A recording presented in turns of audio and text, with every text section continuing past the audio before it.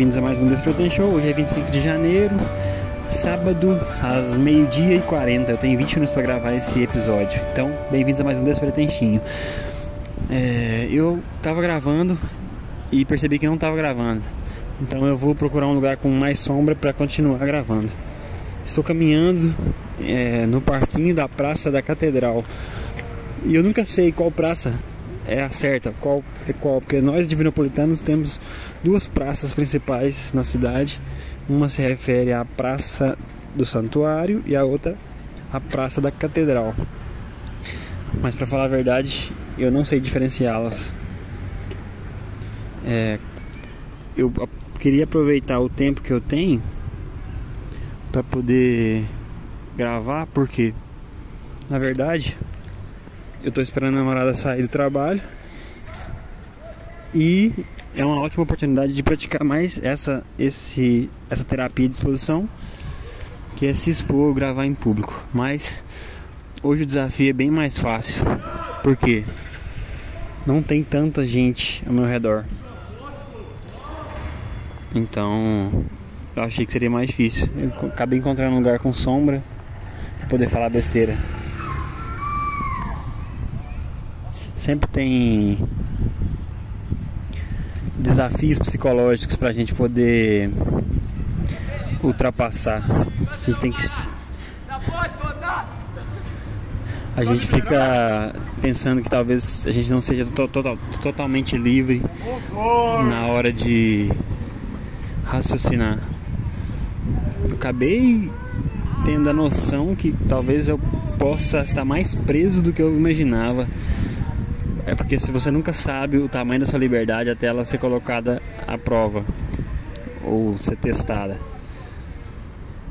Inclusive, acabei de experienciar eu não sei nem descrever isso, mas eu acho que eu encontrei alguém que se acha livre o suficiente para gritar no meio da praça. E eu não me considero livre o suficiente para gritar no meio da praça. Então, eu estou longe de atingir a liberdade do limite máximo possível de liberdade. A gente está preso nos extremos, que seria o extremo da timidez e o extremo da liberdade. Que ainda não sei o que seria um extremo da liberdade. Seria, sei lá, caminhar pelado ou matar alguém. Isso é exercer sua liberdade ao máximo, matar alguém. Inclusive é cruzar a linha do livre-arbítrio do próximo. E quando eu vi o cara gritando palavras obscenas, isso se aproxima muito mais da liberdade extrema. Então, aí eu acabei de perceber que o que eu estou fazendo não é nenhuma prova de liberdade. É muito confortável, inclusive. E esses exemplos eu consigo notar e usar pra mim, sei lá. Porque eu acho que eu estou treinando uma habilidade, que é falar em público. Mesmo não tendo ninguém me ouvindo, mesmo eu sabendo que eu já fiz isso antes, existe dentro de mim um coronel, um ser autoritário que está me comandando dentro do meu cérebro inconsciente. Ele me dá ordens de que está sendo constrangedor, que está sendo vergonha alheia. E mesmo sabendo que depois desse episódio essa sensação vai diminuir gradativamente ou proporcionalmente à exposição que eu me colocar, esse coronel fica gritando, fica se expressando. Ele é livre para falar, para se julgar, para imaginar o que as pessoas estão imaginando e sofrer antecipadamente. E é justamente por isso que a gente está fazendo o que a gente faz.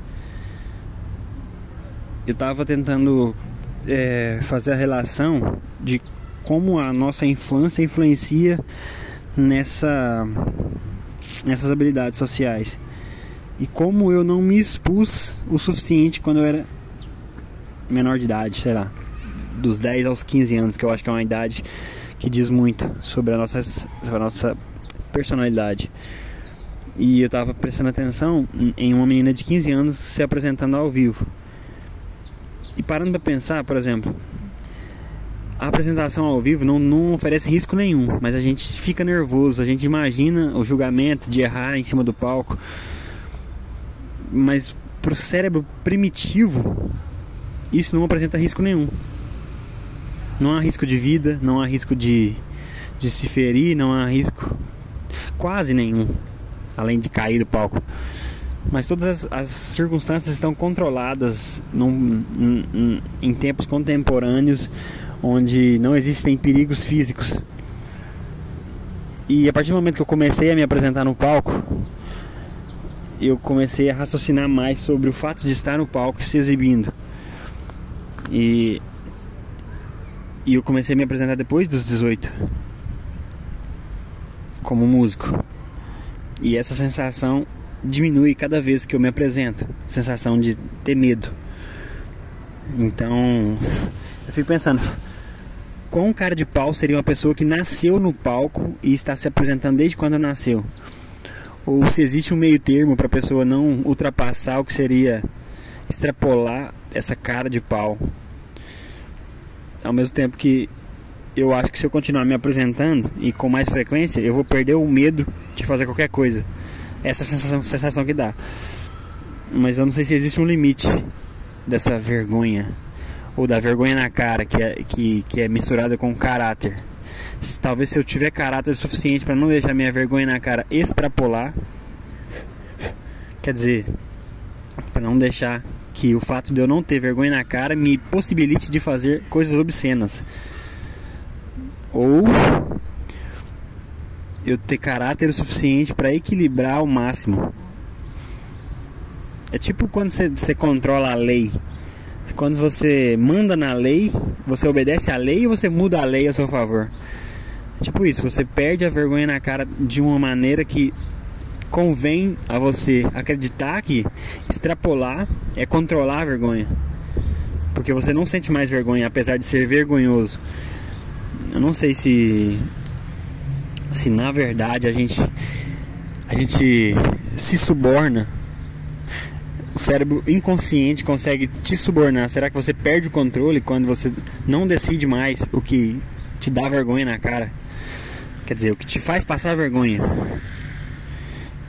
Então você está sendo subornado pelo seu subconsciente. Porque se você aceitar que o que você está fazendo é vergonhoso, você vai se punir, se julgar, vai começar o jogo do zero. Tudo que você lutou para perder a vergonha, você está retrocedendo no nível de se julgar. Eu ainda não sei se não se julgar é bom, ou se julgar com menos critério é melhor. O extremo do não se julgar, que arrasta a percepção para o extremo da direita, sei lá, vamos separar a direita e a esquerda. A direita seria não ter vergonha nenhuma, e a esquerda totalmente vergonhoso ou tímido. O fato de não se julgar, ou zero, te permite cometer crimes ou ir contra a sua própria índole, acreditando que você não tem vergonha. E aí começa, eu acho que é a linha que separa a loucura da sanidade, onde você faz as coisas só por não poder, só por não dever. E eu já cruzei essa linha algumas vezes, onde é claro que as pessoas vão te julgar como louco, mas no meu caso eu estava controlando a situação o tempo todo, porque eu sabia que eu ia ser julgado. Eu me coloquei numa situação que era óbvio do julgamento ter esse resultado que eu estava esperando. Aí eu estou me julgando como controlador, ou capaz de controlar os resultados. Se eu sou capaz de controlar os resultados, ou acho que eu sou capaz, eu não acho que seria possível perder esse controle. E é aí que começa, onde você se acha bom o suficiente, você perde a noção de que você também pode perder o controle. E esse controle, que na teoria é bom, você ter o controle da sua vida, das situações, das expectativas. Eu sempre falo do gerenciamento das expectativas para evitar frustrações. Eu sempre falo isso para as pessoas, não para mim. Talvez eu precise ouvir o que eu sempre falo. O gerenciamento das minhas próprias expectativas está em baixa, está em falta no meu cérebro. Porque meu subconsciente, ele prega peças. Quando eu acho que eu estou preparado, realmente é justamente esse estado de espírito que pode me fazer não me preparar mais. Então o auto-julgamento sem critério ou com a falta de precisão, ele atrapalha quem se acha bom o suficiente. E o que há de errado em se achar bom o suficiente? A autoestima, a confiança. Porque para mim é sempre um paradoxo você ser confiante o suficiente para errar, não o suficiente para acertar, ou o suficiente para extrapolar a confiança e virar soberba. Quem define essa linha? Do mesmo jeito que você passa da vergonha, você é tímido, você vai caminhando em direção a perder a vergonha, e você ultrapassa a linha, o limite entre a vergonha e entre o excesso, como é que é? Entre perder a vergonha e ser um babaca. Talvez todas as pessoas que não têm vergonha de roubar, de ser um criminoso, ou de assediar, sei lá. Não sei se a vergonha se encaixa nesse tópico. Talvez existam vários criminosos, assediadores, pedófilos que só não cometem os crimes pela vergonha. Então a vergonha, ela equilibra as coisas. Ao mesmo tempo que ela pode te ajudar, ela te atrapalha. Eu acho que são grandezas inconcebíveis a vergonha. O que é uma vergonha? Não é mensurável. Por isso que é difícil lidar com essas grandezas imensuráveis. Eu não chamaria vergonha de grandeza, mas para explicar o que eu quero dizer, a grandeza, a vergonha, seria uma palavra palpável para concepção do conceito que eu estou tentando conversar sobre, mesmo não sabendo de nada. Porque a vergonha,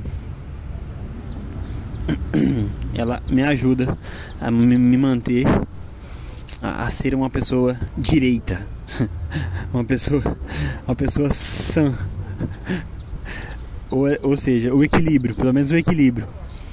E quando eu perco a vergonha, eu estou caminhando para ser uma pessoa desequilibrada. Então tudo é sobre equilíbrio. É ser um pouquinho sem vergonha e um pouquinho são. Aí você beber cerveja ou álcool até você enxergar o limite. Se eu beber mais uma, eu vou ficar louco. Tudo é sobre equilíbrio.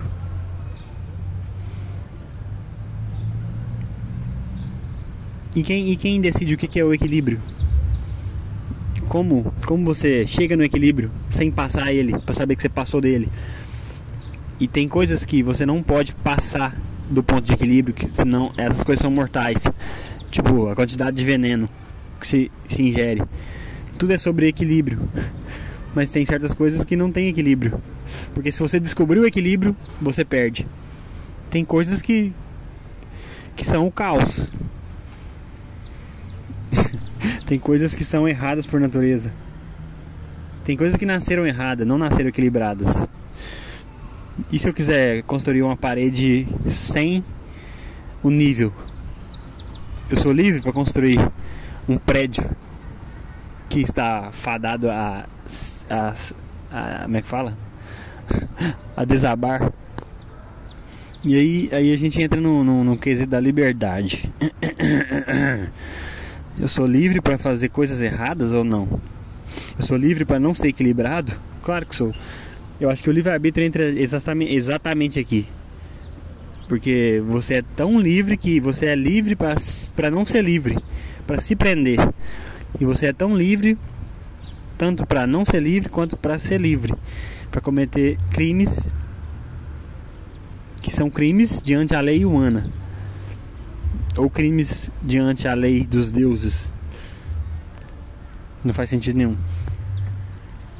Mas essa liberdade que todo mundo, entre aspas, busca, são liberdades mais palpáveis, como liberdade financeira, liberdade econômica, que é na mesma coisa. Eu só repeti um sinônimo achando que isso é inteligente.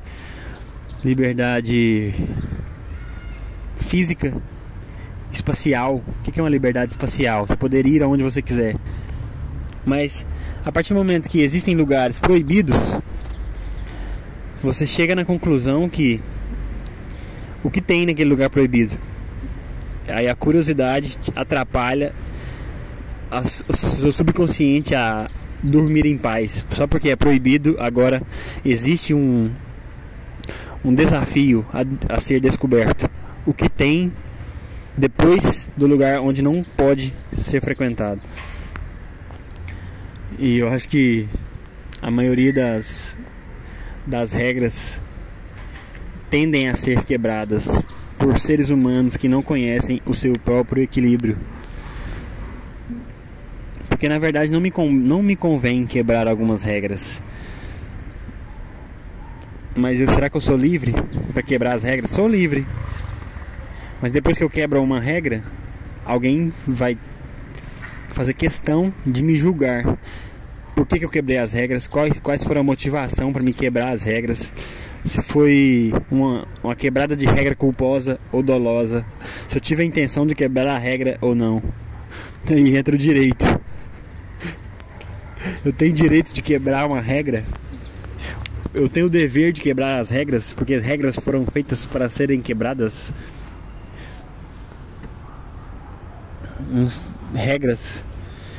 As regras foram inventadas por pessoas que assistiram outras pessoas quebrando as regras e inventaram as regras para tentar equilibrar a convivência. As pessoas inventaram as regras para tentar equilibrar o ecossistema. Na natureza não tinha regras. Os animais se assassinam o tempo todo por causa de fome, por causa da seleção natural, por causa de conceitos como cadeia alimentar. E esse é o equilíbrio da natureza. O equilíbrio da natureza significa desequilíbrio. Ou não. Ou as presas se reproduzem mais do que os predadores. Apenas para continuar. Ou será que esse é um mecanismo natural para que as presas não sejam extintas? Se na natureza a regra é quebrar a regra, ou seja, não existe nenhuma regra a ser quebrada, porque todos os animais são livres para não seguirem regras. O ser humano surgiu dessa quebra de regra, onde ele sai da natureza e vai e cria uma sociedade, onde ele inventa regras de convivência para se tornar preso das suas próprias regras e se tornar vegano e no fim das contas comer planta. O ser humano que come planta é o ser humano que quebrou a regra principal e subverteu toda a lógica da natureza, parou de comer proteína e começou a consumir proteína vegetal para tentar substituir, por culpa de outros seres humanos que não conseguem comer o suficiente para deixar a natureza equilibrada. O ser humano é um leão que quer comer mais do que ele consegue caçar. A partir do momento que o leão conseguisse cercar as zebras e fazer um chiqueiro de zebras, um curral de zebras, ele ia ter carne infinita, porque as zebras iriam se reproduzir para ele comer o baby zebra. Aí ele não precisaria mais caçar, ele ia ter zebras infinitas.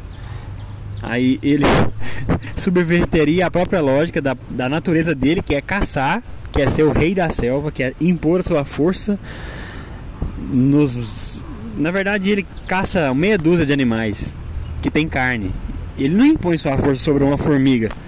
Talvez uma formiga seja mais forte que um leão. Se a formiga tiver o veneno certo e picar o leão, a formiga derrota o leão. Não é verdade que o mamute tem medo de rato? Por que o mamute tem medo de rato? Porque ele não sabe o poder do rato. Na verdade, ele é lento. Animais grandes são lentos. Animais grandes não conseguem voar. Animais fortes não conseguem ser ágeis o suficiente para ultrapassar os animais pequenos e ligeiros. Então, força não é uma grandeza tão superior às outras grandezas. Todas as grandezas são equivalentes até que se combine duas grandezas. Se um leão fosse rápido e forte, que ele é, óbvio, rápido e forte é mais forte do que só forte, que é um mamute. Então o leão ganha do mamute. Rápido, forte, não, rápido e longo, sei lá, e flexível, que seria uma águia. Rápido e flexível é mais forte do que rápido e forte. Porque uma águia não é forte quanto o leão, mas ela é mais flexível. A envergadura da águia, será que é uma grandeza que pode derrotar o leão? E assim na natureza existem várias grandezas. Várias grandezas inacessíveis aos seres humanos. Grandezas que são imensuráveis. E a inteligência, no fim das contas, é a grandeza mais importante para a dominação, porque a gente consegue, com a inteligência, criar artifícios que substituam as grandezas originais da natureza, e a gente consiga dominar as grandezas dos outros animais, enganando eles ou fingindo ter uma grandeza. Como é que você finge ser mais rápido do que o leão? Você faz um drible no leão. Chama o Ronaldinho Gaúcho para driblar o leão e fingir, enganar ele que você é mais rápido. A habilidade de enganar, ela supera a grandeza da força e da velocidade. Ou seja, você parecer ser mais rápido. No fim das contas, as aparências não enganam. Quer dizer, as aparências enganam. Então, no fim das contas, as aparências chegam a valer mais do que a realidade. Porque para um leão, se você parecer ser mais rápido, ou pelo menos enganar ele com um drible e conseguir matá-lo e superá-lo na força e na agilidade, só de parecer ser mais forte ou fingir enganar, você derrota ele de alguma maneira, que eu não vou saber como que é. Você se vira aí se estiver com o leão. Mas eu acho que a inteligência por si só não é uma grandeza superior. Ela precisa de artimanhas, artifícios, tipo lá, pedras, estilingues, espadas. Ou seja, a grandeza da inteligência mais o tempo que consegue chegar numa habilidade combinada a um instrumento que consegue ser maior do que a força e a agilidade. Então, são grandezas condicionadas ao tempo e ao material que está sendo usado. No fim das contas, você precisa de 10 anos e um leão paciente para uma luta justa. Você não consegue ganhar de um leão sem os 10 anos, para você desenvolver uma arma para matar o leão em 10 anos. Então, no fim das contas, você precisa de um leão paciente, uma árvore. Você precisa de 100 mil anos de desenvolvimento de facas e espadas. Você precisa de tecnologia de arco e flecha. Você precisa da história humana em si para ganhar do leão. No fim das contas, você precisa de desenvolver um cérebro do tamanho de um ser humano adulto para depois conseguir derrotar um leão. Você não consegue derrotar um leão do nada, sendo apenas um ser humano comum. Você precisa de tempo, inteligência, você precisa de praticar as habilidades necessárias, você precisa de... Então, no fim das contas, você não consegue derrotar um leão. No fim das contas, o leão é o rei da selva e ponto. E a gente não vive numa selva, a gente vive numa selva de pedra. Na selva de pedra, será que as regras se invertem? Porque o leão caça na selva de pedra, Quem caça são os policiais com armas de fogo. A arma de fogo, na verdade, ela tira do policial a habilidade necessária para ganhar de qualquer adversário. Ela rouba no jogo. Todas as armas, na verdade, não só a arma de fogo. Então o ser humano precisa roubar no jogo para ganhar do leão. Na selva de pedra, o leão é só um gatinho. Será que foi assim que o gato doméstico surgiu?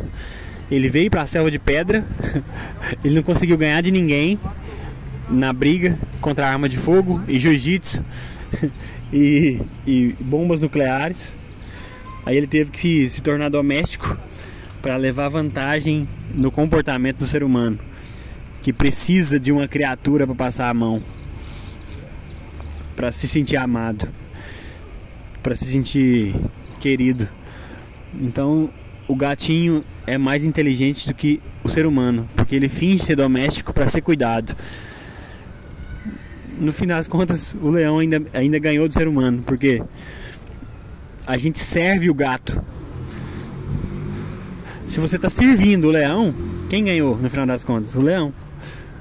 Então a espécie do leão, no final das contas, mesmo sem usar nenhuma arma, está ganhando, porque ela está sendo servida pelos humanos. Antigamente a gente usava escravos para servir, depois passaram a ser as mulheres, depois os mordomos, e depois a gente se tornou os garçons e está servindo os gatos.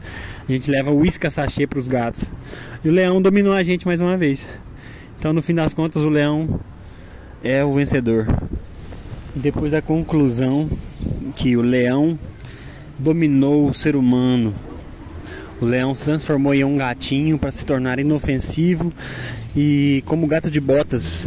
Ele não precisou de nenhuma arma, nenhuma espada, nenhum artifício para ganhar essa guerra contra o ser humano, para ser o rei da selva. O leão saiu da savana, ele dominou a savana, veio para a selva de pedra, virou um gatinho e dominou o ser humano. Inclusive existem teorias de que os gatinhos são donos dos humanos e não os humanos são donos dos gatos. Porque lá em casa apareceu um gato de rua, um gato vira-lata, todo sujo, todo ferido, e acabou que eu fiquei com dó e comecei a alimentar ele. Aí adivinha, ele gostou da comida, a comida que eu dei nele, a comida que eu dei pra ele. Essa foi ruim. Caramba, consegue ser hétero até com gatos, caralho. Gostou da comida e eu ganhei um gato de presente, do nada. E agora eu tenho que cuidar de um gato. Eu não queria cuidar de um gato. Agora eu fui dominado por um gato. Eu dou comida pra ele todos os dias. Eu só ainda não cuido dele como se ele fosse meu. Eu só cuido dele, pra ele não morrer. Tipo, e agora convivendo com mais pessoas, né, no teatro, com a minha namorada e tal, ela gosta muito de gatos. Muito de gato. Tipo, muito. Aí eu consigo entender o porquê, de uma maneira mais na prática, como que as pessoas lidam com gatos. Porque eu nunca tive contato com gatos. Sempre pra mim foi um bicho estranho. E hoje de manhã eu tava tomando sol, de manhã cedo, era 6 horas, e o gato começou a se esfregar em mim. E eu achei fofo, porque eu me dessensibilizei do nojo que é tocar em gatos. E depois eu acabei dando café pra ele. Eu tô perdendo. Eu estou perdendo pro gato. O gato me dominou como se fosse um leão na selva. Ele saiu da savana.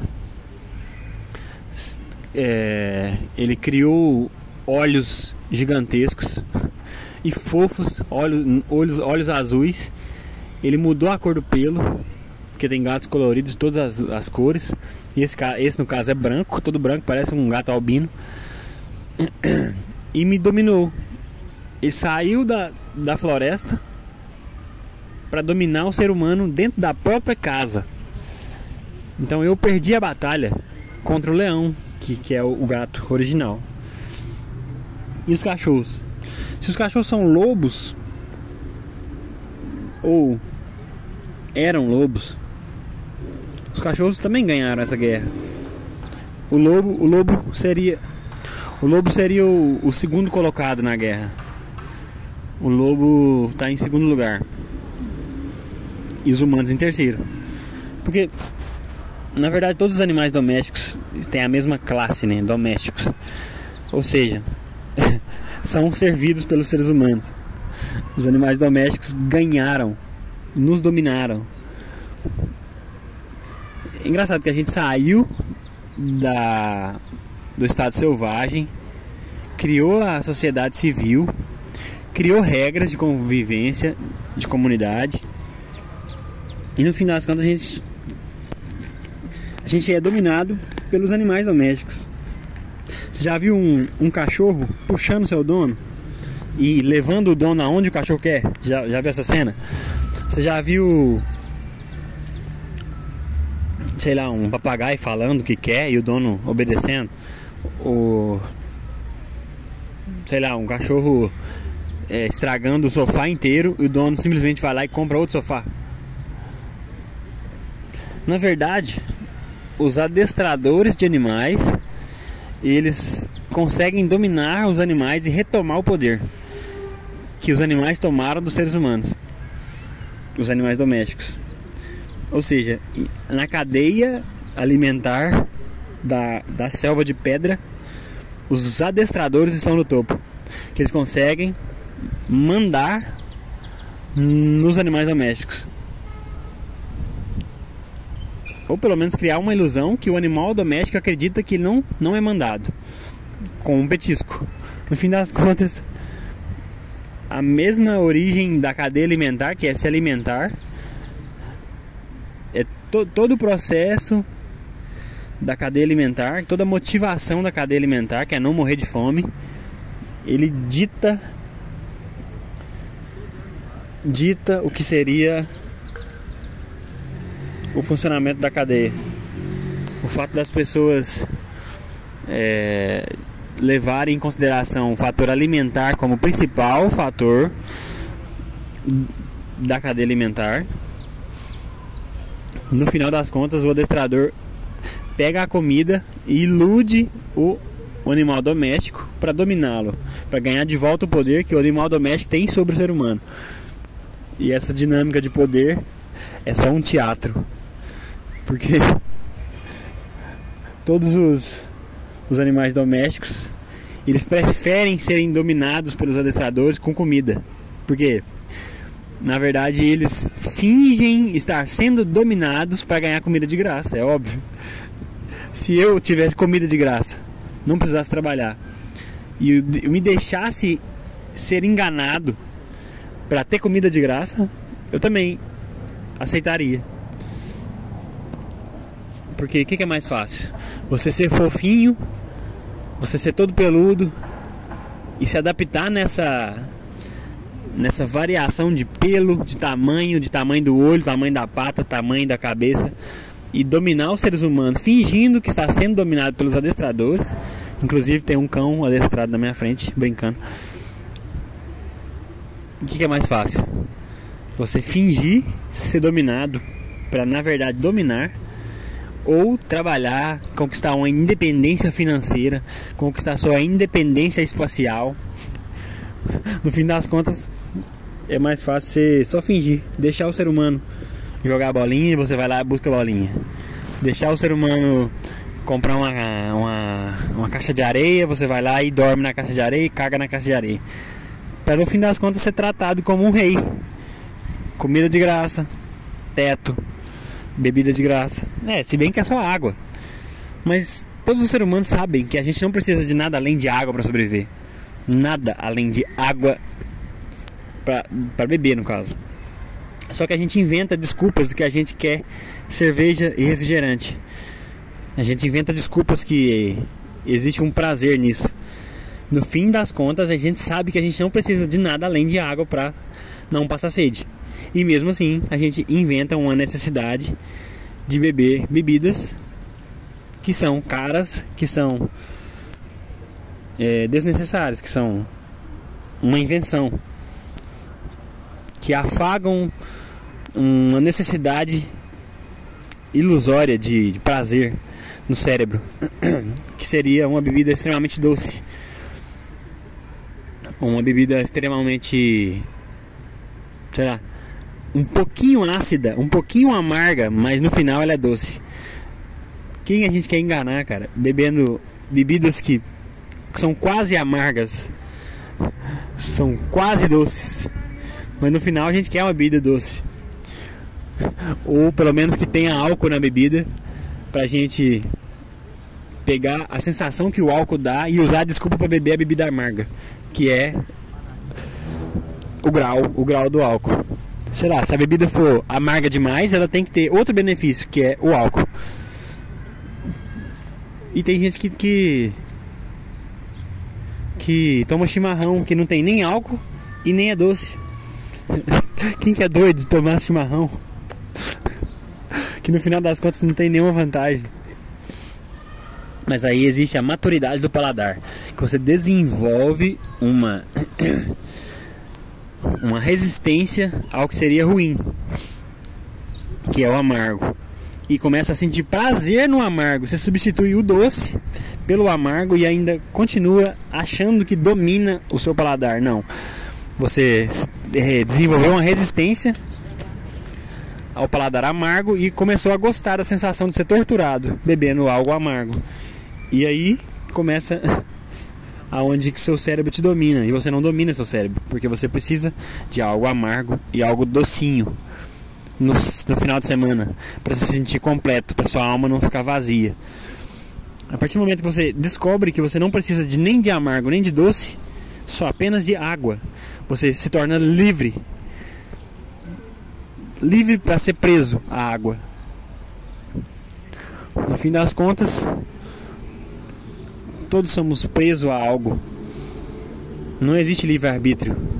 O livre-arbítrio é você escolher se prender a algo que você acha que faz parte da sua característica física ou da sua personalidade, como uma roupa, um óculos, um sapato, que nem foi você que criou.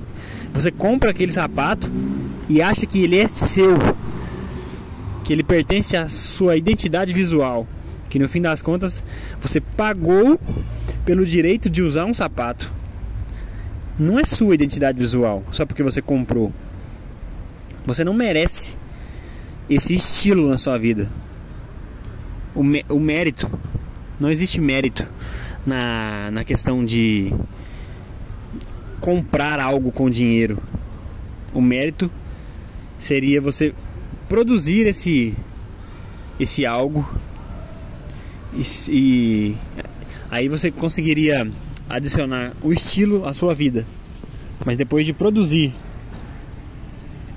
e não apenas comprar algo. Igual direitos autorais, você compra o direito de fazer algo, você compra o direito de se vestir desse jeito, você compra o direito de se vestir de preto quando você compra roupas pretas, mas ninguém detém o direito de se vestir de preto. Ninguém detém os direitos de ser roqueiro. Quando você se veste de preto e você se identifica com um gosto, você diz pro mercado: pode fazer mais roupa preta que eu vou comprar. Você se torna escravo do estilo. Você apenas está comprando roupas pretas. Por quê? Você se tornou escravo de uma tendência, de uma cultura, que é o rock. Você não é livre. Você não comprou o direito de se vestir de preto. Você comprou o direito, mas você não tem o direito. Você não é livre totalmente para ser roqueiro. Você está roqueiro, você não é roqueiro. Aí de um dia para o outro, da noite para o dia, de um dia para o outro, que são sinônimos, sei lá, acontece alguma coisa na sua vida que você se torna menos raivoso. Sei lá, nasce um filho. Aí você começa a colocar cores no seu guarda-roupa: azul, verde, vermelho. E principalmente quando nasce uma filha. Aí você começa a vestir até camisa rosa no aniversário dela. E aí você se torna menos roqueiro. E o que é o rock? É agressividade, é garras, é violência. No fim das contas, o rock volta pra selva e vira um animal social, que acha que é livre para ser tão animal quanto um animal na selva, que é um roqueiro, que acha que é livre para ser diferente. Ai, cara, roqueiros são como funkeiros, com a diferença de que eles escutam músicas mais longas. Pra mim, a diferença de um roqueiro para um funkeiro é que o funkeiro não tem paciência para escutar músicas longas. O roqueiro tem músicas que são melódicas, música que tem tom, músicas que mudam de um tom para o outro. No fim das contas, foda-se música. Eu sou músico. Toda vez que falo de música, eu tendo a falar que eu sou músico. Aí o nível do programa vai caindo, porque eu tava numa linha de raciocínio dos animais. Vamos voltar pros animais. O que é o roqueiro na selva? Na selva, o roqueiro seria um animal, uma hiena. Não, uma hiena, ela ri. Exatamente. Uma hiena? Não. Roqueiro seria... Vamos lá, do mercado. Quem domina o mercado? Sertanejo. Sertanejo é o leão. Gustavo Lima é o leão. O Avenged Sevenfold é... Vamos por hierarquia. Se o sertanejo é o leão, o funk seriam as zebras. Não, o rock é a zebra. O samba é quem? O samba é fácil de ser consumido, o samba é alegre, o samba é a hiena. Sem desenvolver muita teoria, porque gasta muito neurônio querer desenvolver a teoria certa e as analogias corretas. Mas deixa eu ver os outros estilos. MPB não tem pretensão nenhuma, não fala nada com nada. O MPB é um ornitorrinco. Não faz sentido escutar MPB. Açaí Guardiã. Essa é uma música que pra mim é um ornitorrinco. No final das contas era pra ser engraçado isso. E é engraçado tentar ser engraçado e não ser engraçado. Falar besteira com a pretensão de ser engraçado é engraçado. Ainda mais quando eu tô sozinho no meio da praça falando besteira. Mas eu acho que eu perdi o fio da meada. Perdi o fio da meada falando de besteira. Eu saí da selva, fui pra selva de pedras e tentei fazer uma conexão da selva, no final das contas, da selva de pedra com o roqueiro. E no final das contas somos todos animais sociais. Vamos fechar com essa Nietzsche ou Carl Jung. Todos somos animais sociais. Foda-se. Então é isso. Fechando mais um Despletan Show. Já tá na hora de eu me mover em direção ao meu destino, que cada passo está sendo dado em direção à evolução espiritual, mental, financeira, todas as liberdades possíveis. Filosofar no final é muito legal. Eu queria me despedir mais uma vez. E é isso. Não tem mais o que dizer. Tchau. Só pra provar que esse programa é meu, eu vou voltar depois de ter me despedido. Porque agora que eu percebi que eu vou ter que esperar de 20 a 30 minutos, eu vou preferir passar esse tempo falando besteira. Porque, não sei se eu falo a verdade, mas não deveria esconder. Por que eu tô esperando 30, vou esperar de 20 a 30 minutos? Porque alguém trancou alguém em um lugar e eu tô esperando a pessoa que tá trancada. Deu pra entender? E eu tô aqui falando sem Na verdade eu vou ter que beber essa água com gosto de garrafa. Que eu armazenei uma água pra beber e ela esquentou, tá com gosto de garrafa. Só pra molhar as palavras.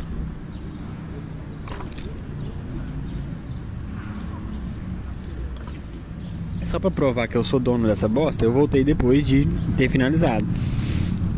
Agora eu consigo julgar meu fechamento, minha finalização e finalizar de uma forma decente.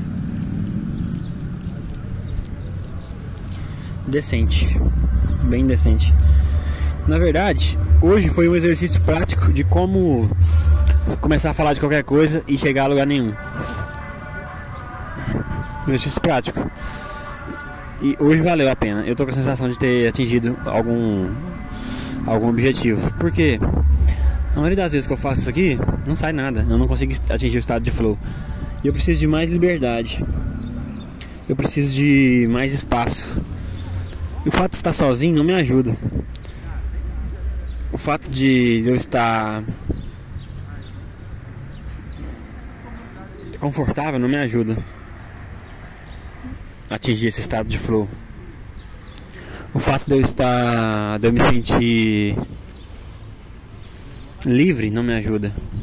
Eu acho que o que mais me provoca a atingir o estado de flow é justamente ser julgado. É justamente estar sendo observado, ou estar sendo vigiado. Que aí tem um desafio maior, tem algo por trás. Lá ele tem algo por trás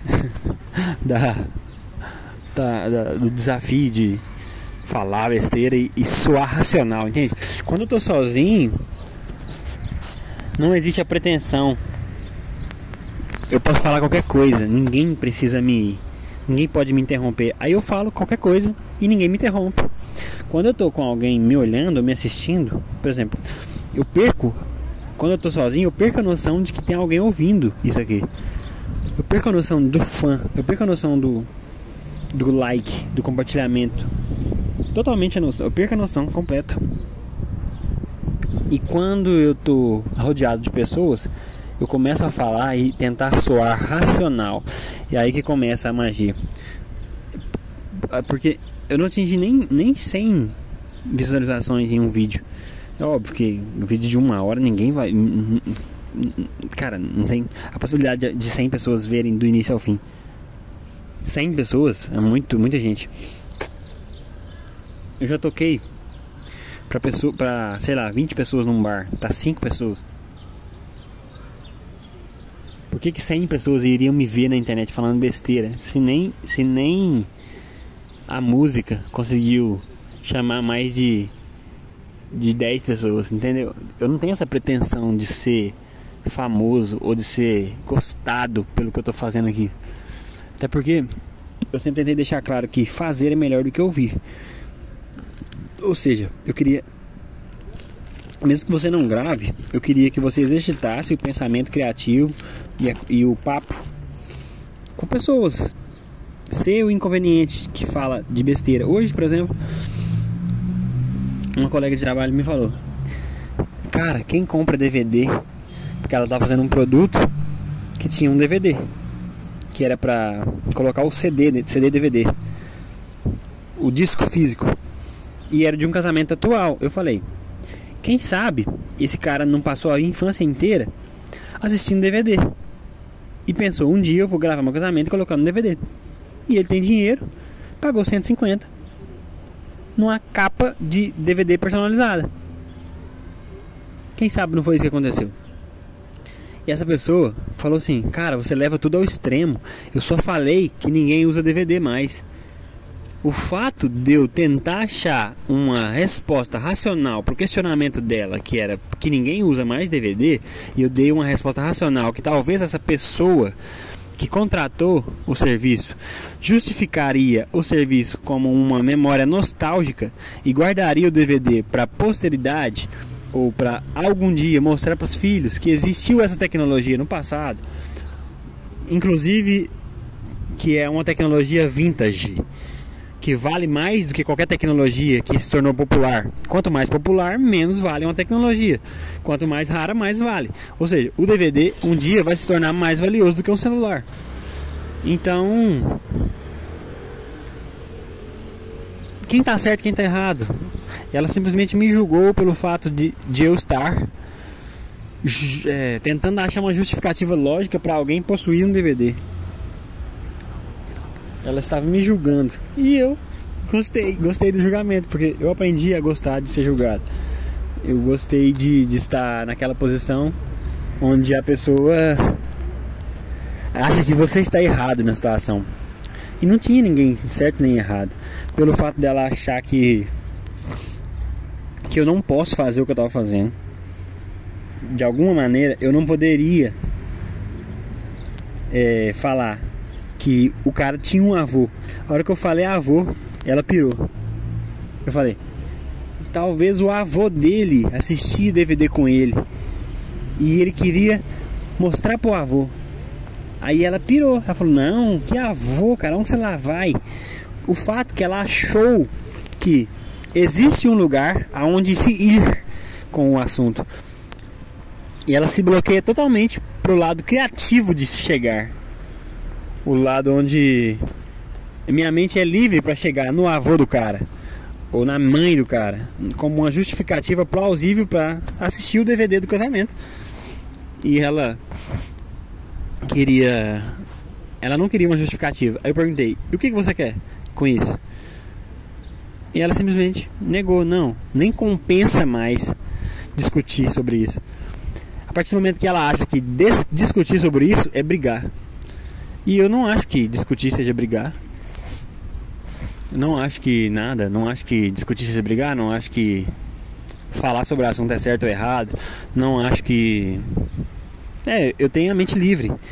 E ao mesmo tempo que ela vai me julgar como uma mente presa à ideia de julgar tudo. Ela acha que eu estou preso à liberdade e não ela que está presa à prisão. É uma mente... Como que uma mente presa distorce as coisas. No fim das contas, ela acha que ela está certa. E eu não acho que alguém esteja certo ou alguém esteja errado. Mas ela vai achar que ela está certa em fazer um diagnóstico na situação. E eu nunca quis fazer diagnóstico nenhum. Ela faz um parâmetro na realidade e diz quem está certo e quem está errado. Ela julga o simples fato de falar com liberdade. Olha onde você está indo. Não era aí, não era por aí. E ela se limita a me dar a direção certa, mesmo eu perguntando aonde é que deveríamos chegar com esse raciocínio. Aonde é o lugar que vamos chegar no final da conversa? E ela não sabe, mas ela não fala que não sabe. Ela fala que não deveríamos chegar a lugar de liberdade como esse.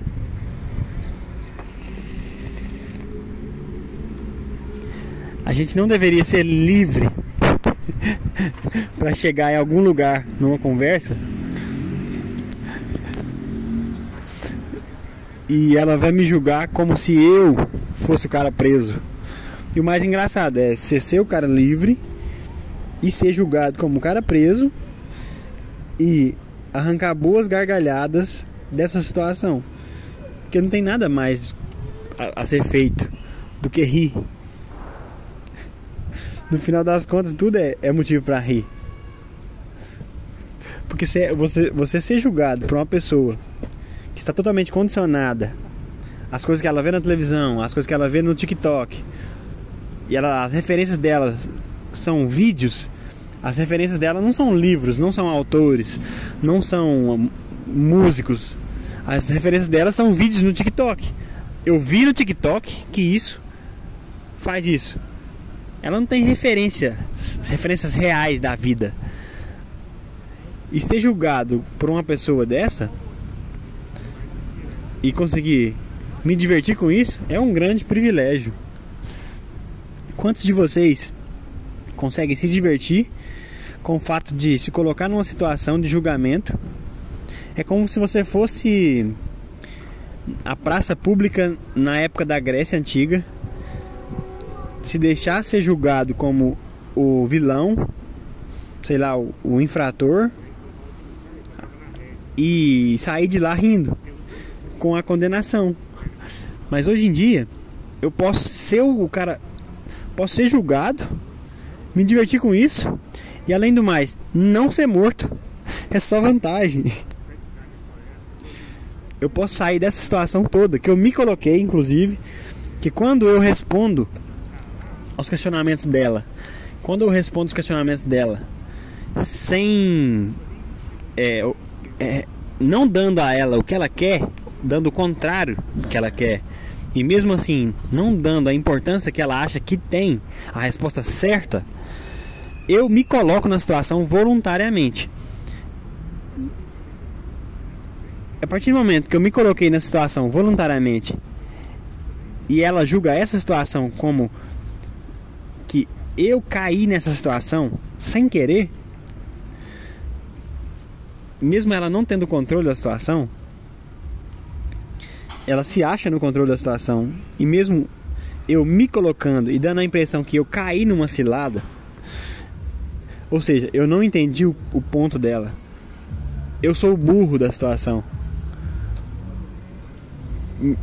me dá mais vontade de rir, porque é justamente o que acontece com a maioria das pessoas.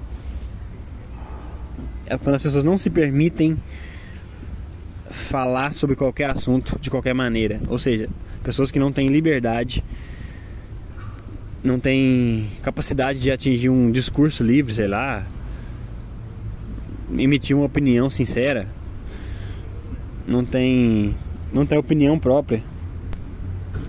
Eu não sei para que serve uma opinião própria. Eu não sei para que serve você ter uma opinião forte. Eu não sei se eu vou descobrir se serve para alguma coisa, você ter uma opinião formada, você ter uma segurança, você ter um argumento que não é copiado. Sabe esses argumentos que as pessoas copiam? Argumentos baixos, que eu vejo várias vezes argumentos assim na internet, pessoas que repetem argumentos dos outros. Eu não sei se é bom você ter os seus argumentos ou você repetir os argumentos dos outros, mas é bom você não estar preso à realidade em que você acha que domina as pessoas. E na verdade eu domino essas pessoas e o argumento delas quando eu deixo claro de que eu não quero dominar nada. Aí o argumento de se isentar do domínio está muito mais próximo do domínio do que do argumento de querer o domínio e achar que a situação está dominada. Ou seja, a humildade de admitir que não existe domínio na situação é muito mais próximo do domínio real do que fingir dominar algo. Eu prefiro dominar sem parecer do que parecer sem dominar. Eu prefiro parecer o tolo parecer o tolo rindo sozinho. Eu prefiro parecer o bobo da corte do que achar que tá dominando e não saber de nada, tipo meu chefe. Tipo, na verdade, no final das contas ele acha e ainda tá ganhando lucro, né? Ele acha que tá dominando e não tá dominando nada, mas ele ainda assim tem uma vantagem de ter o lucro. E a gente não tem lucro de nada. Só o resultado do trabalho mesmo, que é pouco. Eu ainda tenho uma vantagem de ter a produção ao meu favor. Eu posso produzir e ganhar relacionado à quantidade que eu produzi. Eu dei muita sorte de cair num emprego onde eu tenha essa possibilidade de ganho. E durante o tempo que eu estava nesse emprego, eu me descobri, olha só, eu me descobri um comunicador. Meu Deus, muito engraçado. Eu descobri as possibilidades que existem por trás de falar sozinho no meio da rua. Ou seja, eu me tornei um louco que acha que está dominando alguma coisa e no final das contas está sendo dominado pela própria loucura. Eu sou um louco consciente. A sensação que a gente quer ter é que a gente é um louco consciente. Que eu sou um louco consciente. Mas eu não sei se eu sou um louco consciente. O fato é que talvez eu não seja.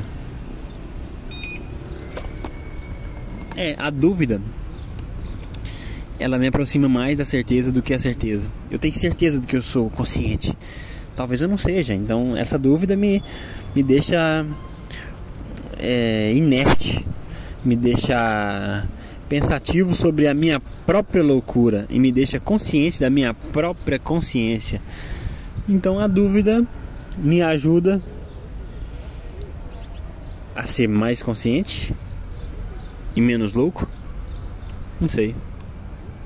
No final das contas eu não sei. No final das contas eu estou disposto a encontrar a resposta e não ter certeza da resposta sem encontrá-la. Sei lá, é bom filosofar. Mas agora eu vou me despedir real,